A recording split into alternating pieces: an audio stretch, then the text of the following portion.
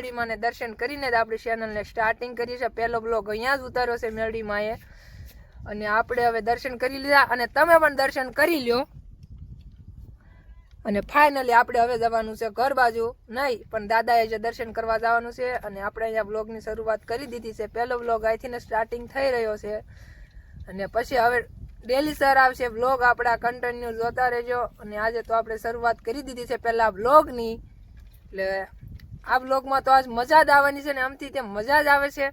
કારણ કે આ પહેલો બ્લોગ છે ને, આ નવી ચેનલનો પહેલો બ્લોગ છે, એટલા માટે આપણે આજે મેરડીમાના મંદિરે આવીને આપણે પહેલા બ્લોગની શરૂઆત કરી દીધી છે. ફાઇનલી આપણે આવી ગયા છીએ ધાબા ઉપર. ધાબા પરનો નજારો દેખાડી દઈએ. ઘણા સમયથી તમારે આમ કન્ટિન્યુ બ્લોગ નથી આવ્યા, પણ આપણે આજે તો ધાબે ચડી ગયા છીએ. ધાબેનું લોકેશન આપણે બદલાઈ નાખ્યું. ધાબે બ્લોગ ઉતારવા આવ્યા છીએ, મજા આવશે. અને આપણે મંદિરનું જો નિર્માણ થઈ ગયું છે. હવે નેજો ઠાકરનો લહેરે જ્યારે આવે ત્યારે એક નંબર મંદિર લાગશે. હજી તો નેજો ને એવું બનાવવા નાખ્યું હોય છે. ઓખો તો દુનિયાથી નોખો એની જેવું છે. ને ધાબાનો નજારો તો હંમેશા અલગ જ હોય છે. ને અત્યારનો વ્યૂ પણ અલગ હોય, એટલે તમને દેખાડી દો તો. કારણ કે હાલો ફાઇનલી આપણા ગામનો નજારો આવો છે ને. આવડું કોઈ એવું આપણું ગામડું છે, જોઈ લો. આ ગોળ ગોળ છે આપણું ગામડું છે હરિપર.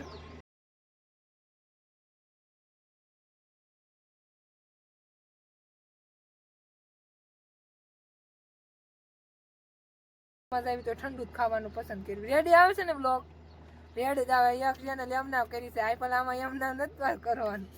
બ્લોગ બનાવવાના કન્ટિન્યુ મજા આવે એમ જ છે. અને ધાબે ચડવી એટલે નજારો એક નંબર જ લેવાનો હોય આપણે. જો ગામમાં બોરિંગ હાલે, જો દેખાય છે ને આ બાજુ જો સૂર્ય આથમી ગયો છે.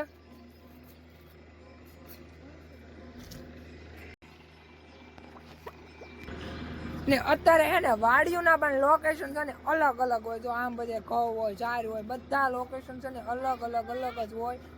અને હું તમને દેખાડું હતું લોકેશન બધી વાડીઓ મારે પડખ્યા નથી, નગર કેવું એક નંબર લોકેશન આવતું. રોજ તમે વાડીએ બ્લોગ ઉતારો ને, કાલ આપણે ઘરની વાડીએ જાય ને ત્યાં ઉતારી. અત્યારે હું તમને દેખાડું. સૂર્ય તો જો હાવ ડટાઈ ગયો છે. ને અહીંયા આપણે હવે બ્લોગને એન્ડ કરવાનો છે. કારણ કે આ પહેલો બ્લોગ કહેવાય કે નહીં, એટલે નાનકડો એવો બનાવવાનો. પછી ધીરે ધીરે મોટો બનાવવાનો, પછી એનથી મોટો, અને પછી એનથી મોટો, ને પછી વાયરલ. રેડી વાત ને? અને હવે જો આવો જ બ્લોગ ગમતો હોય તો લાઈક, શેર એન્ડ સબસ્ક્રાઈબ. પાછા મળીશું હવે નવા બ્લોગમાં. Bye bye.